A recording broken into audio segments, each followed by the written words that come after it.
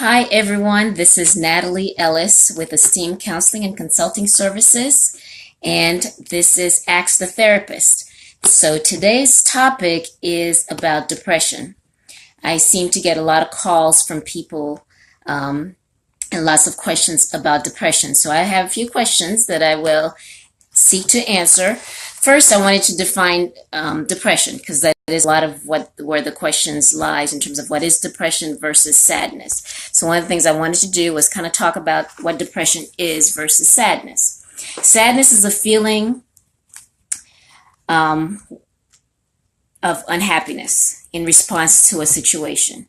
Okay, so feeling down or unhappy due to a response of a situation. So that's sadness. And sadness is normal. We all have feelings of sadness. However, when the feelings of sadness is for no apparent reason, you can't think of any particular reason or situation that is causing the sadness, you're just finding yourself down for no apparent reason, then that's something we have to kind of pay attention to. Or if we're noticing that the sadness is lasting for a long period of time, and that is starting to interfere with functioning. With everything, functioning is the big thing. Whether it's anxiety, whether it's reoccurring thoughts, whether it's whatever the situation is, if we're noticing that that particular situation is starting to impact functioning, our daily functioning, then that's when we have to assess whether or not this is a clinical issue and may need to get help and support in. Okay? And so it impacting functioning is the big thing. So when our sadness is causing us to not want to get out of bed, not wanting to go to work, or not wanting to be around people, or we're irritated with people, when we're noticing that our sad mood is isolating us from others, when we're noticing these things, then that's something to start paying attention to. So there are various forms of depression based on the DSM. So one of the forms of depression is major depressive disorder. Okay, we have major depressive disorder, we have dysthymic disorder, we have seasonal affective disorder, and then there's also postpartum depression. Okay, and all these are various forms of depression. So let's talk about this. One of the simplest one, postpartum depression. So postpartum depression simply means that individuals, particularly ladies, females get pregnant, and I've heard of cases where men that's happened also, but where females are depressed after delivering, after having birth. So in those cases, of course, women, their hormones are all over the place during this time. And so then that could impact in terms of their emotions, and they may have some situations where they're feeling really, really sad. And so that's postpartum depression. Seasonal affective disorder is people who gets depressed during certain times of the year, and usually is during the winter months where it's dark outside and it's cold and people are sad for that period of time during that time of the year. So that's called seasonal affective disorder. We also have dysthymic. Dysthymic disorder are people who are generally depressed for a period of time. However, the level of symptoms is not as high as someone who has major depressive disorder. Okay? And now we also have major depressive disorder. Major depressive disorder, they have to meet at least 5 symptoms on the DSM. It has to be for a duration of time, lasting 2 weeks or more. Okay, so the duration of time makes a difference in terms of the diagnosis. And the level of symptoms, the number of symptoms is another thing to pay attention to. And then also how much it's impacting daily functioning is the other thing. Okay, and so some common signs of depression include sad feelings, excessive crying, poor appetite, loss of interest of activities or things that you used to do, hopelessness, reoccurring negative thoughts, insomnia, or sleeping too much. So not enough sleeping or sleeping too much. What else? We have feelings of worthlessness. There's also reoccurring thoughts of death, low energy. So all of those are various symptoms relating to depression. Okay, and so somebody who's classified as depression has to meet at least 5 of those symptoms or more, and for a period of time, and it's definitely impacting daily functioning as well. Okay, and there's also a depression called substance-induced depression, and that's individuals who have all these symptoms or most of these symptoms, but it's substance-induced. And so there's individuals diagnosed with that as well. So based on the DSM, what determines the diagnosis is obviously the length of time that someone has these symptoms, the number of symptoms that they have, and that is impacting their daily functioning. And so that's the difference with sadness. So again, we could be sad about situation and things that's happened to us, but it's not necessarily impacting our daily functioning. It's not lasting for long lengths of time. And we don't meet all those different symptoms, and we don't identify all those symptoms outside of just feeling sad about a situation. So sadness is normal. However, when we're noticing that we're sad for no apparent reason, or we're sad for a very long time and it's starting to impact our daily life, then at that point, this is when we definitely need to seek help. Thank you, everybody, for joining us. I want to give a brief description about what depression is versus what sadness is. And I'm getting this information based on the DSM, okay, which is the Diagnostical Statistical Manual. This is the book that all mental health professionals, including master's level professionals, which is like myself, an LPC, or psychiatrists or psychologists. Psychiatrists are MDs, and psychiatrists are the ones who typically prescribe medication. Okay, those are psychiatrists, MDs. And then you have PhDs, which are psychologists. Psychologists are PhDs. Okay, and so this is the book that we all typically use to diagnose individuals based on what they're reporting to us. And so the other thing to pay attention to, a lot of people could have symptoms of depression, but it's also with other diagnosis, or it's with other things going on. So for example, an individual who been in war or who's had a significant trauma may be suffering from post-traumatic stress disorder. And in that diagnosis, sad feelings and depression is one of the symptoms in that diagnosis as well. So someone can have sad feelings and depression and not necessarily be diagnosed with depression. So the depression is coming from other things, other situations, and we have to look at the whole diagnosis, or all of their symptoms overall, to determine what's the best diagnosis for them. I mean, if that makes any sense. Okay. So for example, another individual may also have sad feelings, but their sad feelings or depression primarily stems from the anxiety. So they may have an anxiety disorder, and the anxiety disorder is then causing the depression. And so these are different things we have to look at when someone comes in front of me and I hear their story. So that's the first thing. It's listening to their story, listening to what they have going on, and determining, okay, so not just looking at the diagnosis, not just looking at, okay, what are they diagnosed with, but based on the story that they're telling me, what are all the factors that's creating a distress for this individual.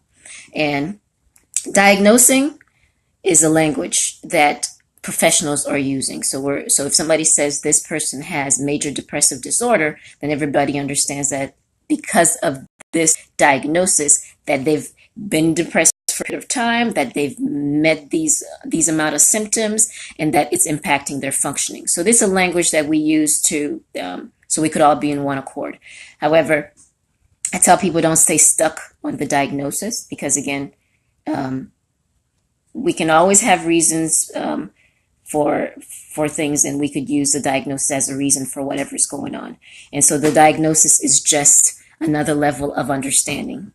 Okay, so when I talk about diagnosis with clients, and they're diagnosed with this depression, so it's helping them understand, okay, you have this, you have this, you have this. This is what everybody's calling this. This is what this is called. So they have a language to whatever's going on with them, which is helpful to have a language and a word for what's going on with you. And it lets you know that you're not alone.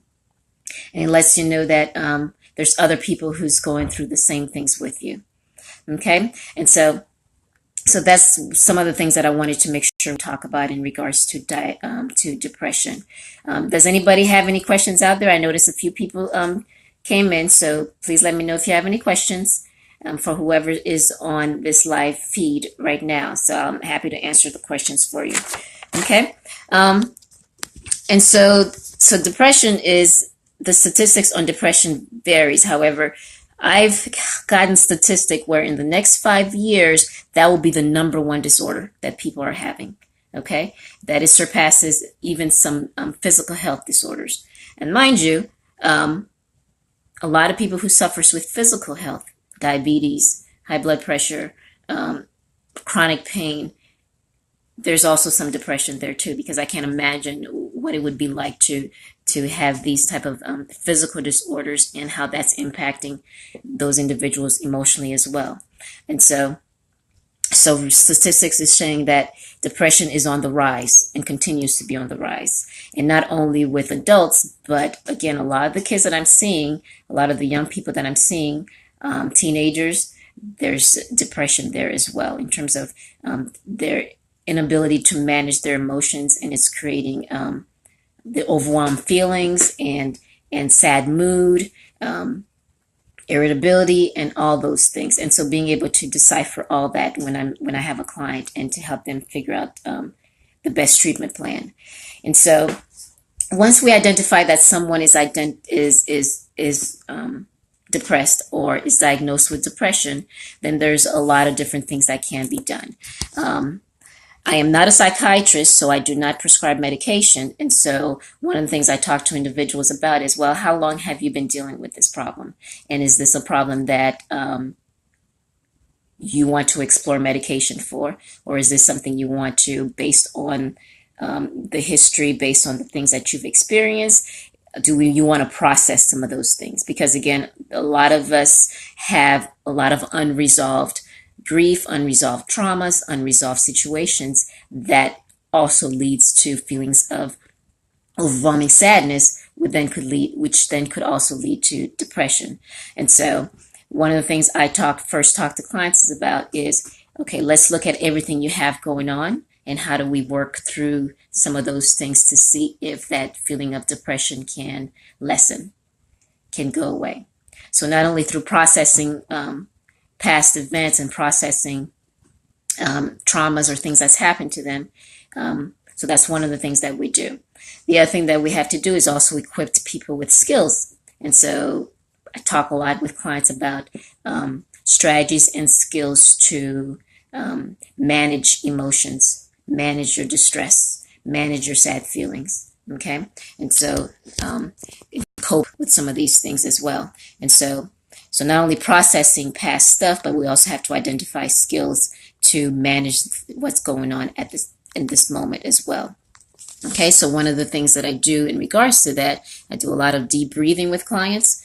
So at times in sessions, we have to practice deep breaths, deep diaphragmatic breathing. Okay, and so with deep breathing, it's about taking a deep breath in. So imagine as you're taking that deep breath in, it's like imagining an air going in and going down your diaphragm and into your belly. And your belly's expanding. So it's like you're bringing air into your belly. Your belly's expanding. So you breathe in for a period of time, 4 or 5 seconds. You hold it. When you're breathing it in, you're feeling the expansion of your stomach, of your belly. You hold it for a period of time, 5 seconds or so, and then you release. It's a slow release, okay? And so that's something, when our emotions are overwhelming, that is something we could do to kind of help manage it, breathing. Because a lot of times when we have certain emotions, our heart's beating fast, we're just not there, okay? Our heart's beating fast, our mind is everywhere, and so our thoughts is racing. So deep breathing helps kind of calm the body down. So that's a way to manage the body. So you could try to manage the emotion, to kind of help the body calm down through deep breathing. Okay, so that's something else that can be done. And doing a lot of other things like visualization is a way to calm down. So thinking of a happy place, talking about things that created feelings of happiness and processing that, and how do we recreate that. So that's something I talk with clients a lot about. Thinking back of a time when they were happy, and how do you create that? What are the things that we can do from day to day to create happiness? Okay.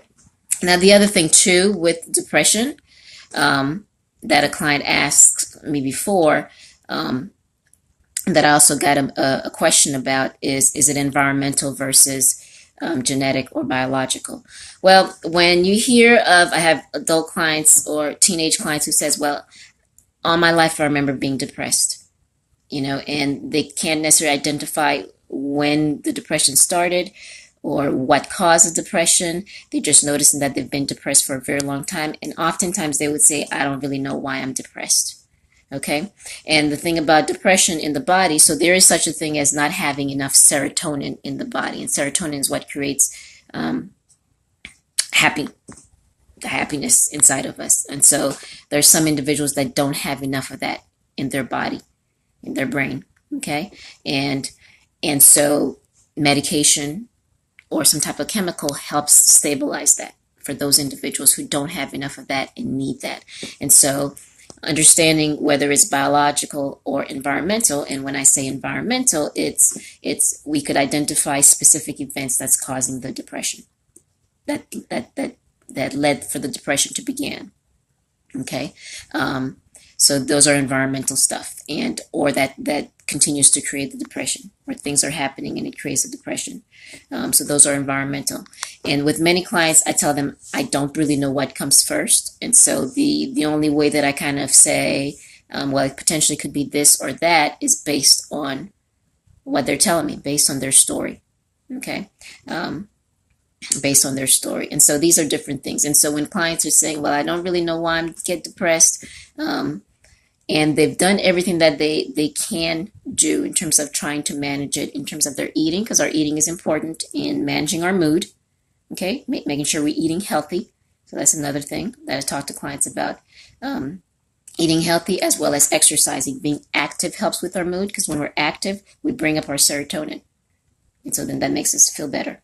Okay, so that's another thing that we can do. So if we're eating healthy, we're exercising, doing the things that we can do, and we still notice that for no apparent reason we still get depressed, or it's like this, or it's stable and then it gets like this, or it goes more down, because this could be more of the bipolar, and we'll talk about that at another session. But depression, maybe this is your baseline, and then you get like this, and then you come back to this, and then you get like this. So it more is a dip, and then you come back to your baseline. Okay. Bipolar, you kind of pass that baseline, and then you go back up. And so first you got to know what this is, to know when you're going down here. Okay. So self-awareness is a big thing that I talk about with clients as well. Got to be aware of self-aware in terms of your mood, self-aware in terms of your thoughts, self-aware in terms of your behaviors, self-aware in terms of your body sensations, because all these things are telling us something, and we need to be aware of all these components. So these are different things in regards to depression to notice. And so again, some clients say they're not sure if it's biological or environmental, and it could be any of those things. There's unfortunately not necessarily a test to say, yep, it was biological, that's why you're depressed, because it's been like that. But the other thing to notice too, when we do assessment, I do family history. And so when people are saying, well, I think my mom was because of this and this, or I have other family members who's had this, more likely there could be generational stuff going on, and then it's biological. But generational environmental things happen too, because again, we feed off our environment. Okay. And so with clients, I could say it could be biological or it could be an environmental reason for your depression. But either way, paying attention to the cause of it, paying attention to when it's happening, so that we could put things in place to manage it. And so the therapy is a lot about that. It's a lot about becoming self-aware. It's a lot about processing events or situation that could have led to feelings of sadness or could have led to the depression. Lots of people have a lot of unresolved issues that's kind of piled on top of each other, which led to the clinical depression. And so these are all different things. So I think with all the questions that I've had, I've answered all of them that people had. So not sure if anybody at this point has any questions for me. Let me see what else. But one thing I will say in regards to depression, because you all heard about Kate Spade, who committed suicide. Again, it's a myth to think that depression has a face. People who are depressed are not going to walk around looking depressed. Some people do, but people who suffer with clinical depression are not necessarily walking around like that. Many times when they are in that state, they isolate. They're not coming out of their house because when they do come out, we all have our mask. They wear their mask very well when they come out. So, they have their face on, they have their laughter on. And so, like a client told me today, she's very good at wearing her masks. And one of the things, because we've been working so hard, her mask is getting thinner and thinner and thinner. So her mask was very thick at some point. And so it's getting thinner and thinner and thinner, which is great. So eventually she could take it off or have it a very thin layer. Because to some extent, we do have masks in different places that we go. So there's some normalcy to wearing a mask, because even if I don't feel well, if I got to go to work, I got to. But it's important to be honest with ourselves and to be transparent about certain things so we can seek help. Okay? It's important to seek help. So Tobias is here. Tobias B., thank you for joining. Sorry if it's off the subject, but does that same self-awareness help with anxiety? Yes. One of the things I had said about depression is individuals who have depression, some of them do also have anxiety, right? And the anxiety may come first because of the anxiety, which could lead to the depression. And so the same thing with that self-awareness. With everything we have, self-awareness is key because you know yourself best, or at least the goal is for you to learn to know yourself best. What are your triggers? What triggers the depression? What triggers the anxiety?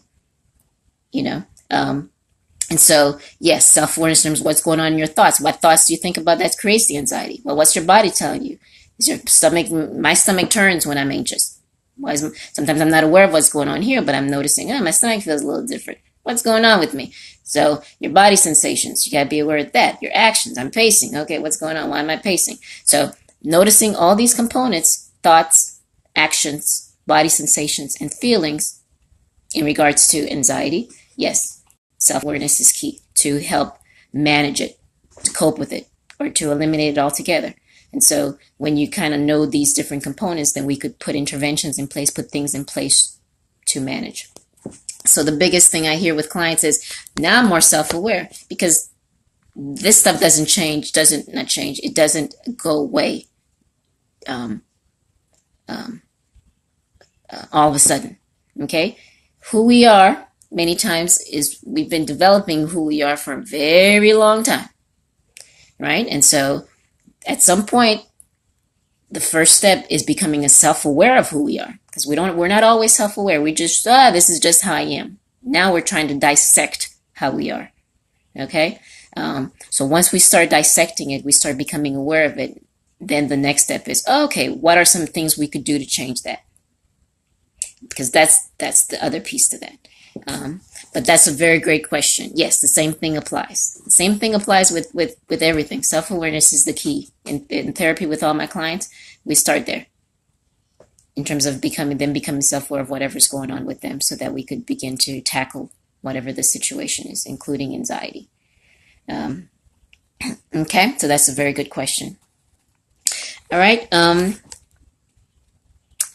I think that's it. Again, with what I strongly recommend, if you're noticing that you are sad for a long period of time, which then leads into the depression. So the length of time of sadness is significant. Okay. Whether or not it's impacting functioning, it's significant. If now your sad mood or your sad is isolating you from other people, is causing you to be more and more irritated, is keeping you from getting up to go to work. It starts to impact your daily. For kids, we're noticing that they're fighting more potentially. So a lot of kids are classified as bad. So that's the other thing too to pay attention to with children. Quote unquote bad. We just see what we see. We see a behavior, and because it doesn't fit, we call that bad. When we got to look deeper. Okay, we got to look deeper to see what's going on. So that same kid, the sadness, could be irritated, and then here they are, they're fighting. Or their grades, they're not learning well in school, or now their grades is dropping, or at some point they were learning, and now because of the sadness, their grades is dropping. They're isolating from their friends. They're not as social. So these are all different things to pay attention to with kids. So naturally, with teenagers now, they naturally like to isolate. They naturally like to be irritated. I mean, that's part of what goes on in that during that teenage years. And so again, as parents, this is the time to really you got to really get to know your kid at a different level in terms of the person. Not just this is my child. Now this is the time to get to know your teenager, because you got to decipher whether it's a normal isolation for a teenager or there's something going on with your kid. Okay, and so to do that, you have to know your child to kind of know if his mood kind of shifted, or he's been like this for a period of time, or it doesn't sound like this is situational. It sounds like it's much more than that. And so we have to be aware of those things as well, and identify whatever accommodations and provide them with support and services. And with school and teenagers, and with teenagers and children, school. With part of what I do, I'm involved in the schools with the kids, because again, I talk about individualized education plans, IEPs.